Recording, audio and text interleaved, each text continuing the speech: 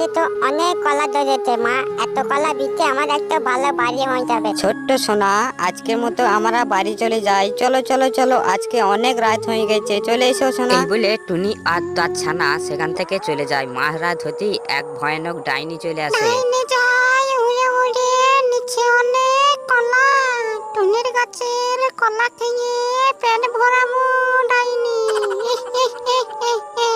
আজকের কলা সব খেয়ে নেবো টুনির গাছে। টুনির কলা শেষ হলো, ভরলো ডাইনির পেট। তাড়াতাড়ি কেটে পড়ি, মারবে টুনি বেশ।